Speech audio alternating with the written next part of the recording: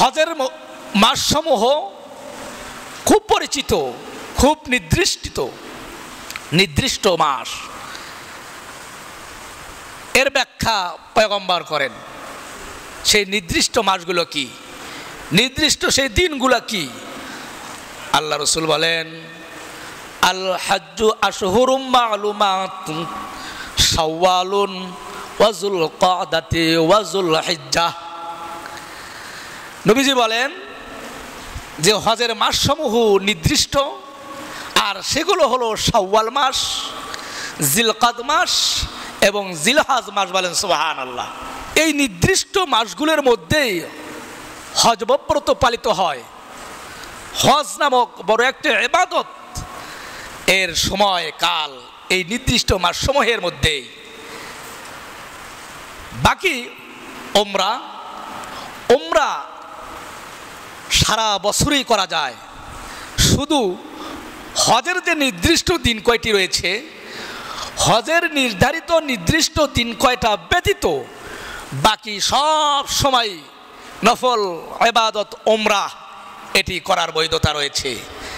কিন্তু হজ এটি নির্দিষ্ট সময়, নির্দিষ্ট দিনগুলির মধ্যেই হয়ে থাকে, পালিত হয়ে থাকে, ওয়াক্তের মধ্যেই পালিত হয়ে থাকে।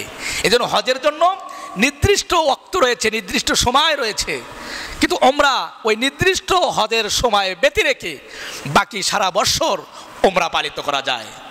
এই জন্য হজের মাসসমূহ নির্দিষ্ট। হজ এটা নির্দিষ্ট সময়, নির্দিষ্ট জায়গায়, নির্দিষ্ট আরকান সমূহ আদায় করার নামই হলো হজ। এটা যেখানে সেখানে নয়, যখন তখন নয়, যেমন তেমন ভাবে নয়, বরং হজ বলা হয় নির্দিষ্ট সময়ে নির্দিষ্ট নিয়ম কানুন অনুযায়ী নির্দিষ্ট জায়গাসমূহে আদায় করার নামই হচ্ছে হজ। এজন্য হজের জন্য নির্দিষ্ট সময় রয়েছে। সেই হজের নির্দিষ্ট মৌসুম শাওয়াল মাস থেকে শুরু। বলেন সুবহানাল্লাহ। হজ এটি হচ্ছে ইসলামের একটি গুরুত্বপূর্ণ ইবাদত, ইসলামের একটি গুরুত্বপূর্ণ রোকন। আপনি ইসলামের যেগুলি বুনিয়াদ রয়েছে, ইসলামের যেগুলো রোকন রয়েছে, এই রোকনগুলোর মধ্যে, এই বুনিয়াদগুলোর মধ্যে একটা বুনিয়াদ রয়েছে, এটা বিশ্বাসের সাথে সম্পর্কিত, অন্তরের সাথে, জবানের সাথে। অন্তরে বিশ্বাস, জবানে স্বীকার, এর নাম তো ঈমান, এটা হলো কালিমা। ইসলামের বুনিয়াদ ভিত্তি পাঁচটা জিনিসের উপর, তার মধ্যে প্রথমটাই হলো অন্তরের সাথে সম্পর্কিত, অন্তরে বিশ্বাস রেখে এটাকে জবানে স্বীকার করার নাম ঈমান, এটি হলো কালিমা। এরপর দ্বিতীয় যেটা, কালিমার পরে নামাজ। নামাজ আরেকটি রোকন, আরেকটি বুনিয়াদ।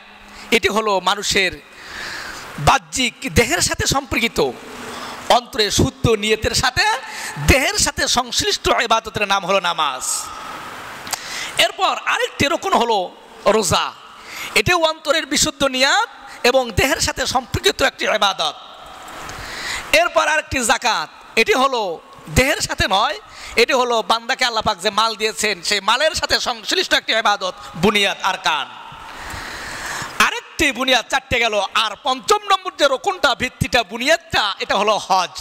এইটা শুধু মালের সাথে নয়, এটা নিজের দেহ এবং মাল উভয়টার সাথে সংশ্লিষ্ট ইবাদত, বুনিয়াদ। বলেন সুবহানাল্লাহ। হজ ব্রত পালন করতে হলে যেমন আপনার দেহের সুস্থতা লাগবে, শরীরের সুস্থতা লাগবে, দেহের প্রয়োজন, তেমনিভাবে দেহ সুস্থ আছে, দেহের মনোবল ঠিক আছে, কিন্তু আপনার টাকা নাই, তাহলে হজ ব্রত আপনার জন্য নয়।